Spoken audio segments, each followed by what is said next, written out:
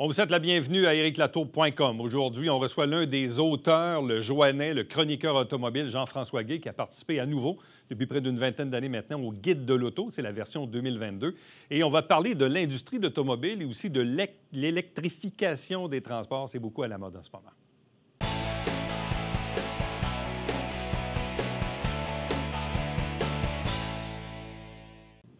Le Guide de l'auto, version 2022, est avec nous. Plusieurs auteurs, parmi ceux-ci, l'avocat et chroniqueur automobile joannais Jean-François Guay. Bonjour et bienvenue. Salut, Éric. J'imagine que tu as arrêté de calculer le nombre de participations que tu as eues à ce guide-là. Ah, les as-tu compté? C'est une bonne question. Moi, j'ai commencé, si je ne me trompe pas, en 2002. OK. Fait que, donc, 20 je te laisse sortir ta calculatrice. Bien, 2022 moins 20, moins 2002, ça fait pas mal de 20 Ça fait 20 ans. À peu près 20 ans. Ouais. Donc, Guide de l'auto 2022, pas mal toujours à peu près avec les mêmes collègues. Gabriel Gélina, Antoine Joubert, Marc Lachapelle, Daniel Melançon et plein d'autres. Vous êtes quand même plusieurs auteurs. On est plus qu'une douzaine. Je pense qu'on est 13 cette année. Bon. Toi, tu as fait combien de papiers à toi là-dedans? J'ai fait une dizaine de textes. C'est sûr qu'il fait une époque où on en faisait une trentaine, 30, 40, mais là, en vieillissant, là, on en donne plus aux plus jeunes. Qu'est-ce qui caractérise le Guide de l'auto 2022? C'est quoi les principaux faits saillants du guide de cette année? Bien, moi, je vous dirais, comme à tous les ans, c'est que c'est un livre qui va se démarquer à cause de ses matchs comparatifs. Donc, on a un match comparatif de voitures sportives. On a, tu sais, les gens qui s'intéressent, là, mettons, à la Chevrolet Corvette, la nouvelle Corvette versus la 911 Turbo, plutôt la Porsche 911, vous allez avoir un match. Les gens qui s'intéressent aussi aux voitures électriques, vous allez avoir le nouveau Volvo XC40 Recharge. Vous avez la Mustang Mach-E, Mach-E plutôt en français. Puis vous avez également notamment la Tesla, le modèle Y. Et du côté des VUS, des petits VUS compacts, sous-compacts on pourrait dire, qui sont très populaires.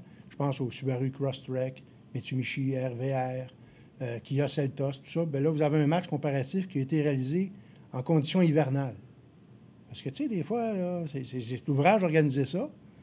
Et en plus, il ne faut pas oublier qu'au Québec, l'hiver s'en vient. Hein? On est rendu déjà en novembre. C'est quand même 4, 5, 6 mois de temps qu'on va avoir de la neige. Donc, c'est important là, de connaître la motricité de ces petits véhicules-là parce qu'il n'y a pas une traction intégrale qui est identique d'un modèle à l'autre. Ce qui est quand même frappant, et c'est une constatation année après année après année, quand on se voit, Jean-François, toujours plus de modèles électriques hybrides. Bon, il y a toutes sortes de trucs, mais on voit qu'il y a une tendance qui est comme irréversible. On s'en va vers là. On s'en va vers là, mais encore cette semaine, j'écoutais, là, il y a eu le sommet, hein, le sommet du G20 qui ont parlé de... Bon, cela dit, je pensais à tout ça. Nous, on a connu le verglas. Puis moi, j'en reviens toujours à ça. De dire qu'en 2035, au Québec, on va ne vendre que des voitures électriques, j'ai un petit problème avec ça, puis des choses bien simples. Juste le nombre de bornes, il va falloir qu'il y ait des modifications importantes au niveau des bornes. Je ne sais pas si les stations d'essence vont se convertir éventuellement pour offrir des bornes de recharge. Parce qu'actuellement, dites-vous une chose, si on prend une borne de niveau 2, on charge à peu près 30-35 km à l'heure. Une borne de recharge... une super charge, une super borne. Il y en a seulement 2 à Saint-Jean, puis c'est un peu pareil partout en région. Bien, c'est 400 volts, puis vous allez recharger peut-être 100 km à l'heure. À l'heure? À l'heure. Donc, admettons, là, je vous donne un exemple. Hein. À Saint-Jean, on va faire du ski souvent dans l'Estrie. On va à Sutton, admettons, avec une voiture électrique. Puis en hiver, bien, on sait que la batterie va perdre peut-être 30 de ses capacités. Cela dit, on va à Sutton, même si on va, mettons, à Mont-Tremblant. Une fois qu'on arrive là-bas, on peut se rendre. On va se dire, on va recharger notre batterie avant de repartir. Mais s'il n'y a pas assez de bornes de recharge, puis tout le monde fait la même chose, il risque d'avoir une cohue aux bornes de recharge. Dans le fond, ce que tu dis, c'est que c'est peut-être idéaliste de penser qu'en 2035, on va ne vendre que du véhicule électrique. Bien, mais il va falloir, en contrepartie, qu'il y ait un grosse méga réseau de bornes un peu partout pour arriver à ça. Exactement. Et cela dit, il va falloir que les prix baissent aussi. Mais c'est aussi beaucoup la différence entre les déplacements très urbains ou très proches, disons, le fameux 50 km pour aller travailler, versus aller à Québec la fin de semaine ou partir dans des déplacements plus éloignés. Effectivement. Puis si on regarde les prix aussi, Tu sais, là, une voiture électrique, au Québec, on ne semble pas prendre conscience que ces véhicules-là valent minimalement 45 à 50 000 Ouais. Parce qu'on a une subvention ici de 8 000 du provincial. Mais cet argent-là, elle vient de nos poches, hein, de tous les contribuables. Et partout en Amérique du Nord, ouais, il y a en Colombie-Britannique qui donne une subvention, mais dans le reste du pays, il n'y a pas de subvention. Alors, il va falloir que les prix baissent parce que c'est pas tout le monde qui peut se payer un véhicule de 50 000 Ouais. Mais là, en même temps, on regarde le prix de l'essence, Oui. qui, pendant la pandémie, avait même baissé jusqu'à quoi? 75-80 cents. On n'avait jamais, pensait jamais ne revoir ça. Mais là, il est revenu à 1,5 pièce. C'est vrai. Il y a des projections qui nous montrent que d'ici quelques années, ça va monter probablement à 2 le litre. Donc ça aussi, ça va être un peu... On va être tiraillé entre tout ça. Tiraillé entre tout ça. Ouais. Donc, peut-être que la formule, ça va être les hybrides rechargeables, essence et électrique. Ouais. Mais actuellement, les hybrides rechargeables, on ne faut pas oublier non plus que c'est des mécaniques qui sont très sophistiquées, très compliquées. Vous avez un moteur à essence plus un moteur électrique. À un moment donné, je pense que ces véhicules-là vont se vendre plus cher que les véhicules entièrement électriques. Ça sera à voir. Ouais. Mais tout ça, là, Éric, là, regardons concrètement, là, 2022, on regarde la nouvelle Honda Civic, excellente voiture, mais dont le prix de base commence à 24 000 Des petites voitures, là, comme on avait il y a 2 ans, qui se vendaient à 15, 16, 17, 18 000 d'entrée de gamme, il n'y en a plus.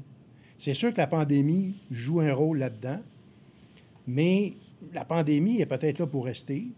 Il y a une pénurie de puces électroniques qui fait en sorte aussi que les manufacturiers mettent l'emphase surtout sur les voitures qui sont payantes pour eux, c'est-à-dire des voitures mieux équipées, des voitures aussi qui ne se vendent pas 16, 17, 18 000 Fait que la question que je me pose, finalement, c'est que monsieur, madame, tout le monde vont-ils être capables un jour de se payer une voiture neuve?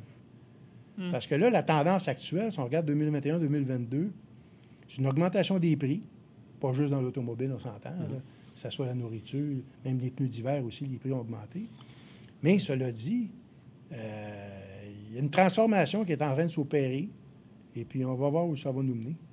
Tu parles de véhicules hybrides électriques. Un bel exemple, bon, il est derrière toi, parce que là, le véhicule avec lequel tu te promènes ces jours-ci, c'est un pick-up Ford F-150, Ouais. mais c'est un modèle hybride électrique. Hybride. Donc, ce n'est pas un hybride rechargeable, il est hybride. Jusqu'à maintenant, là, c'est intéressant parce que j'ai fait du 10 litres au 100 km. C'est quand même, en 1000 au gallon, là, c'est 28 000 au gallon. Par contre, il y a peut-être 2 mois, j'ai essayé le nouveau Chevrolet Silverado avec un moteur diesel, 6 cylindres en ligne, qui est beaucoup moins cher à l'achat qu'un moteur hybride.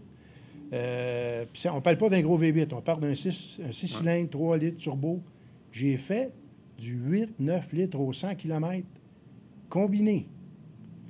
Puis, tu sais, à preuve à l'appui sur mon Facebook, j'ai même mis des photos. Ouais. Puis le monde, j'ai fait 500-600 km, puis j'ai fait une moyenne de 9,6, 9,8 litres au 100. C'est quand même bien aussi. Mais Avec un pick-up diesel. Pick-up diesel. Mais ce n'est pas les gros V8 du Ramax. C'est un petit 6 en ligne du Ramax qui fait... mais on s'entend que les diesels, bon, c'est sur le point aussi peut-être de nous quitter éventuellement. Là. Mais en même temps, là, tu as un véhicule ici en arrière de toi qui est à essence, mais aussi hybride, donc électrique, mais équipé d'une génératrice. Équipé d'une génératrice. Donc, vous avez le choix entre 2 génératrices. Une de base de 2400 watts, sinon une autre de 7200 watts, avec une prise de 240 volts. Donc, on s'entend que ce véhicule-là peut faire fonctionner une maison complète. Puis même si on regarde le commercial de Ford, on voit un type en train de se bâtir un chalet au milieu de nulle part parce qu'il y a son... Il y a sa génératrice intégrée dans le pick-up. Ouais. Mais ça, c'est quand même intéressant pour les gens, bon, je sais pas moi, les gens qui font de la construction, chasse, pêche, camping, bref, ça peut avoir son utilité. Là. Oui, parce que ça prend pas beaucoup de place. C'est sûr qu'on peut toujours s'acheter une génératrice à 10 000 watts, là, qui est beaucoup moins chère que l'option. Mais cela dit, ça prend de la place, ça fait du bruit, parce que là, c'est assez silencieux, merci. Là. Si on revient au guide, puis là, tu le disais tantôt, des petites voitures, là, les compacts, les sous-compacts, les berlines, il y en a, mais il y en a plus gros. Bien, si on regarde les sous-compacts, là, les manufacturiers ont supprimé, exemple, en rafale, Honda Fit, Hyundai Accent, c'était des gros vendeurs, Toyota Yaris, ça n'existe plus. Là, maintenant, c'est les compacts. Il y a encore des petites voitures, je pense à la Mitsubishi Mirage. Là, Nissan vient de réintroduire la Versa en format berline. Ouais. Mais la Versa berline, pour vous donner une idée, ça se vendait 14 000, 15 000 il y a à peine 2-3 ans. Là, ça commence au-dessus de 17 000. Une Honda Civic qui avait là, une DX, version DX, d'entrée de base à 18 000 il n'y en a plus. Ça n'existe plus. Mazda 3 aussi, il y en avait une version de base à 16, 17, 18 000, il n'y en a plus. Donc, le prix des véhicules d'entrée de gamme augmente. OK. Sinon, la vaste majorité, les gens s'arrêtent sur des VUS. Puis là, des VUS, il y en a des petits, des moyens petits, des moyens, des grands, des grands. Bien, des VUS, là, il y en a, c'est incroyable. C'était ils perdent son lapin. Là. C'est en perdre, oui, effectivement. Puis, ils en font pour, comme tu dis, ils font des sous-catégories de catégories. Puis, ils vont faire maintenant aussi des modèles plus carrés, des modèles plus coupés pour donner l'impression que c'est plus sport. Mais cela dit, on parle de consommation de carburant.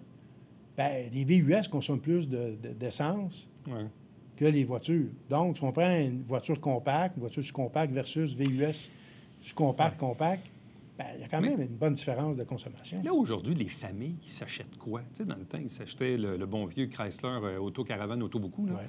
Mais aujourd'hui, on dirait que c'est moins populaire que c'était pour les familles. Bien, vous avez toujours les fourgonnettes qui se renouvellent à tous les ans. Cette année, vous avez la nouvelle Kia Carnival qui remplace la Kia Sedona. C'est un véhicule aussi, au niveau du design, qui est plus carré, qui tente de convaincre, admettons, les acheteurs, les parents, qui ne conduisent pas une fourgonnette, mais plutôt un VUS. Ouais. Le look ressemble à un VUS. Outre ça, bien, la Honda, la Sienna aussi entièrement renouvelée. Nouvelle plateforme, traction intégrale, moteur maintenant hybride sur toute la ligne. C'est plus une option, l'hybride. C'est vraiment de base. Mais c'est pas donné. C'est des véhicules qui ne sont pas donnés, je vous avoue. Côté VUS, bien, vous avez des 7 passagers, mais on s'entend que c'est beaucoup moins vaste, moins pratique qu'une fourgonnette pour la famille. Ouais. Parce qu'il y a moins d'espace. Moins d'espace. On pense juste aux fourgonnettes. Quelqu'un qui a des jeunes enfants, les portes coulissantes, c'est facile d'aller placer l'enfant dans un siège d'appoint sur la banquette arrière plutôt qu'un VUS. Bon, on faisait référence tantôt aux manufacturiers japonais. Donc, est-ce qu'il y a des nouveautés chez Toyota, chez Honda, chez Nissan? Bien, chez Honda, la grosse nouveauté, c'est la Honda Civic, qui est entièrement renouvelée. On pourrait éventuellement... J'aurais beaucoup de choses à dire sur la Civic parce que, disons que l'ancien modèle allait bien. La nouvelle, elle a un beau look, mais comportement routier, je pensais qu'il y aurait une plus grosse amélioration. OK. Du côté de Honda, bien, on vient de le dire. Chez Nissan, bien, écoutez, Nissan, ils ont renouvelé le Pathfinder.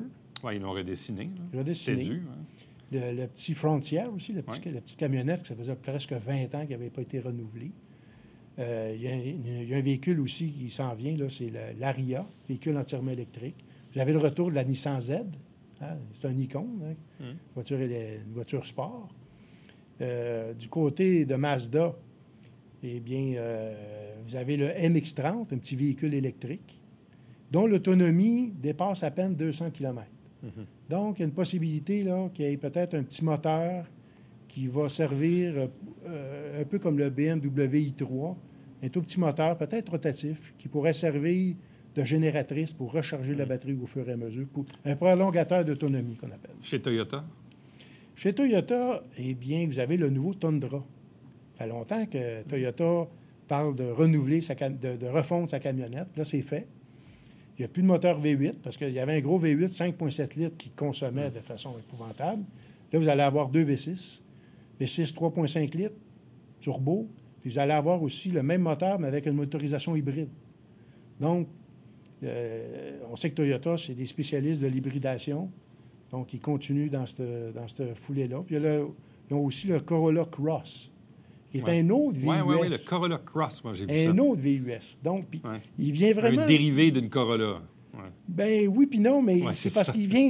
Il est un petit peu plus petit que le RAV4, puis un petit peu plus gros que le CHR. Fait qu'encore une fois, là, les acheteurs, les acheteuses vont se dire... Mais avec traction intégrale, je pense. Traction intégrale. C'est ça la différence par rapport au CHR. Oui, effectivement. OK. Effectivement. Puis, du côté de Subaru? Subaru, mais vous avez, comme chez Toyota, la Toyota 86, le petit coupé sport qui a été refondu. Là, vous avez la nouvelle BRZ aussi qui a été refondue chez Subaru. Et il y a un modèle électrique qui s'en vient, là. OK. Ça, parce qu'à date, chez Subaru, vous avez seulement la Crosstrek, qui est une hybride rechargeable, qui est très rare en passant. Puis par hasard, je n'ai vu une hier à Montréal sur la rue Saint-Laurent. Puis j'étais bien surpris de voir ça. Je suis allé voir le monsieur, j'osais avec. Il semblait très satisfait là, de son achat. Bon, chez les Américains, Ford, GM, Chrysler, Jeep, qu'est-ce qu'on a? Bien, Jeep, là, vous avez... Jeep fait un pas de plus vers le luxe. Là, vous avez le Wagoneer, le grand Wagoneer qui revient. Puis vous avez aussi un Jeep Grand Cherokee allongé. Ah, ouais. Donc, là, on s'en va vraiment dans les gros véhicules. Et puis là, je pourrais dire que Jeep, là, maintenant, peut se péter les bretelles qui peuvent maintenant rivaliser avec Land Rover au niveau du luxe puis du format des véhicules. Mais encore une fois, vous avez aussi... Mais ils n'ont pas quand même... ils ne boudent pas les moteurs électriques parce que vous avez le Jeep Wrangler 4XE qui est un hybride rechargeable. Ça, j'ai bien hâte d'essayer ça. Parce qu'apparemment, il y a une autonomie là, qui dépasse une trentaine de kilomètres en mode électrique. Donc, c'est intéressant. OK. Chez Ford et GM? Bon. Chez Ford, bien écoutez, chez Ford, vous avez, on parlait du F-150 hybride. Il y a un F-150 Lightning qui s'en vient, entièrement électrique. Donc, ça, c'est à surveiller. Vous avez aussi des versions un petit peu plus... Tu sais, parce que des VUS, là, les gens... On s'entend que la majorité des gens ne font pas du hors-route. Puis souvent, ne sont pas conçus pour ça. Fait que là, ça fait en sorte que... Là, Ford est en train d'introduire des VUS que je vous dirais hors-route modérés. Tu sais, là, c'est pas fait pour faire de la trail comme un Jeep Wrangler, mais tu peux quand même là, te risquer, là, tu as des plaques de protection. Puis, la Mustang, là, Mach-E, là, ça va-tu bien, ça, que ça a l'air? Oui, ça va bien. Sauf que c'est pas une Mustang. Tu sais, en disant que c'est une Mustang, c'est un nom commercial qu'ils ont récupéré parce qu'une Mustang, ça se vend bien. Parce qu'il y a une Corvette aussi qui s'en vient électrique qui va épouser la forme d'un VUS. OK. Ah, ouais. Qui va s'appeler Corvette. Donc, mais ça ne sera pas une vraie Corvette. Bien, c'est parce que la Mach-E, c'est sûr que c'est puissant. Si on prend la grosse batterie, la grosse motorisation, la Mach-E GT Performance, c'est des performances vraiment à couper le souffle. Chez GM? Chez GM, vous avez un Silverado électrique qui s'en vient, probablement pour 2023, mais qui va rivaliser avec le Ford Lightning. Vous avez le Cadillac Lyriq. Ça, c'est un VUS entièrement électrique qui va rivaliser avec le modèle X de Tesla ou encore... bon, à part ça, vous avez ils ont renouvelé beaucoup, ils ont redessiné beaucoup de modèles. Le Traverse, Buick Enclave, Chevrolet Traverse, Chevrolet Blazer, Chevrolet Equinox.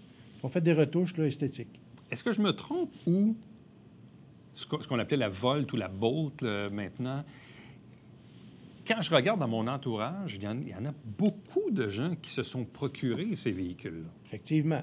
Puis en passant, tu parles des nouveautés, vous avez la Chevrolet Bolt EUV, qui est une Bolt, on pourrait dire VUS par rapport à la Bolt de base. Mais ça, la Bolt, est-ce que c'est comme le meilleur rapport qualité-prix dans le véhicule électrique? Actuellement, oui. Parce que la nouvelle génération, ils ont baissé les prix. En passant, la Nissan Leaf est supposée aussi de disparaître. OK. Ils disent, on s'en va encore vers les VUS. Mais cela dit, la Bolt actuellement, la nouvelle génération est moins chère. Une 2022, si on veut, est moins chère qu'une 2021. Ah ouais. Donc, on s'entend que les 2021, ils vont faire des prix de liquidation s'il en reste encore, mais moins dispendieuse.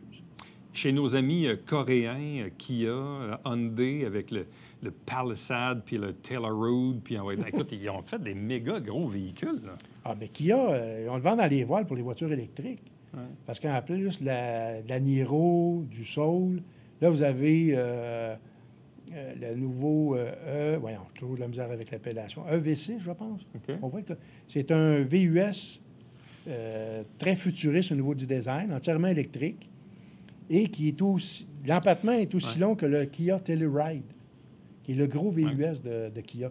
Donc, c'est un véhicule qui va être très logeable. Et Hyundai, eux, ont l'équivalent. C'est la Ioniq 5. Ouais. Donc, c'est un autre design, un autre gros VUS. Et puis, ils ont beaucoup de voitures hybrides rechargeables. Donc, ils ont fait beaucoup de chemin avec la Kona. La Kona, qui a été redessinée pour 2022. Okay. L'autonomie demeure la même, aux alentours de 400-415 km pour la Kona. Mais non, ils ont beaucoup de nouveautés. Il n'y a pas à dire. Les deux Coréens là, sont en train de faire la leçon, je pense, à beaucoup de manufacturiers japonais. Et qu'est-ce qu'on a chez les Allemands? Chez les Allemands, bien, écoutez, chez Volkswagen, vous avez le ID4, Oui. qui est un VUS électrique. Il y a peut-être le ID6 qui s'en vient.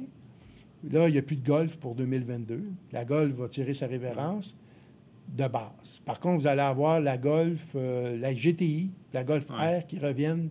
Les nouvelles générations qu'on voit déjà en Europe s'en viennent chez nous. L'Arteon, ça disparaît. Il nous reste la Jetta. Passat. La Passat est peut-être dans ces derniers temps. Chez Mercedes puis BM? Bien, BMW, vous avez beaucoup de voitures hybrides rechargeables, notamment. Chez Mercedes, bien, vous avez des véhicules électriques qui s'en viennent aussi.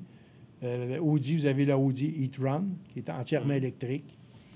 Mais BMW, laissez-moi penser, ils mettent encore beaucoup d'emphase sur les versions M, les versions de haute performance. Vous avez la série 3 aussi qui est nouvelle, la série 4. Encore une fois, ils mettent l'emphase sur les séries M, les versions M plutôt. Et chez Volvo? Chez Volvo, bien, vous avez le XC40 Recharge, entièrement électrique. Et puis, vous avez du côté de Polestar, qui est la version maintenant de luxe de Volvo, des véhicules entièrement électriques. On s'entend que le coupé, c'est un hybride. Ça ne se vend pas beaucoup, parce que le prix dépasse les 200 000. Mais le Polestar 1, la Polestar 2, c'est-à-dire, là, il va y avoir un nouveau moteur qui s'en vient. Le véhicule aussi va être offert seulement en propulsion pour réduire le prix. Et il y a beaucoup de gens, en passant, qui achètent des voitures électriques à propulsion. Plutôt qu'intégrale, parce que c'est moins cher, ça consomme moins. Et apparemment, moi, je ne l'ai pas encore essayé, mais en hiver, vous avez quand même une très bonne motricité. La façon que le véhicule est équilibré, il y a quand même beaucoup de poids sur l'essieu arrière qui fait en sorte que vous avez une bonne motricité dans la neige et sur les surfaces glissantes. Parce que Polestar, ils font beaucoup de publicité, beaucoup de marketing.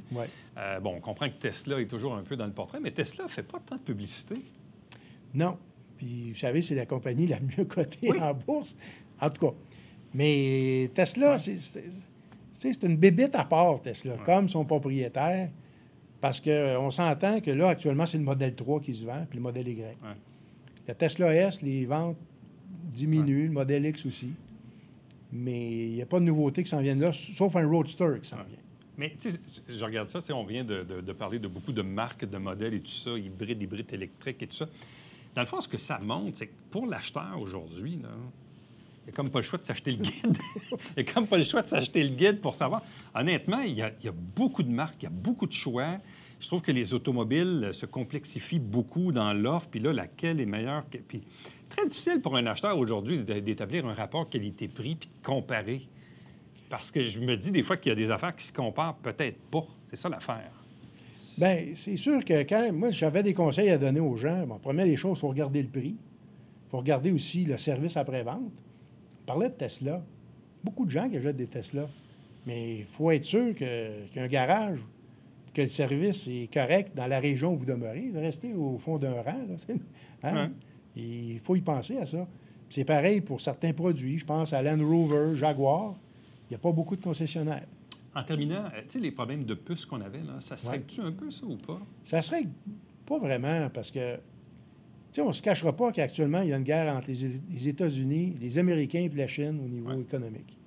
Il y a beaucoup de puces, beaucoup d'usines de fabrication de puces en Chine, notamment à Taïwan aussi, je pense, si je ne me trompe pas. Il y avait une usine qui a passé au feu là-bas, puis c'est ça qui a fait en sorte qu'il a commencé à avoir une pénurie. Mais les Américains sont en train de construire des usines de puces électroniques aux États-Unis, mais ce n'est pas donné. Une usine vaut à peu près 10 milliards de dollars parce que c'est très sophistiqué, puis il faut la bâtir, puis il faut avoir l'outillage aussi. À court terme, le résultat, puis vous n'avez qu'à aller vous promener dans les concessions automobiles, il n'y a pas d'auto dans les cours, il y a très peu d'inventaire. Il n'y a pas beaucoup d'inventaire. Il faut les commander d'avance, les véhicules. Il faut les commander d'avance, puis il y a des options aussi qui sont pas offertes parce que ça prend trop de puces électroniques. Ça, là-dessus, on n'est pas sorti du bois. On va voir comment est-ce que le marché va se comporter, puis surtout que l'avènement des voitures électriques fait en sorte que ça prend plus de puces électroniques, puis tous les systèmes d'aide à la conduite. Jean-François Guay, merci beaucoup. Ça fait plaisir. Donc, on invite les gens à se procurer le Guide de l'auto 2022 auquel a participé Jean-François Guay. Merci beaucoup. Ça fait plaisir. Restez avec nous. Au retour, le mot de la fin.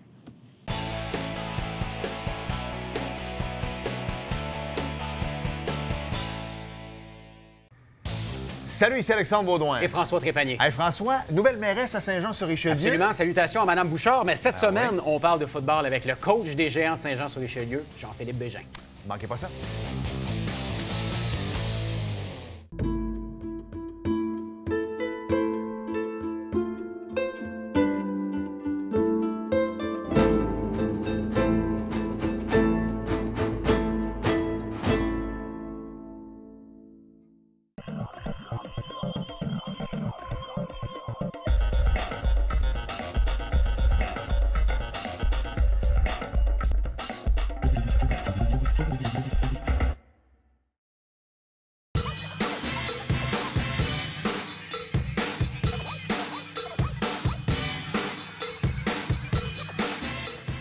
Dimanche, 9h30, Télé Bingo, on vous attend.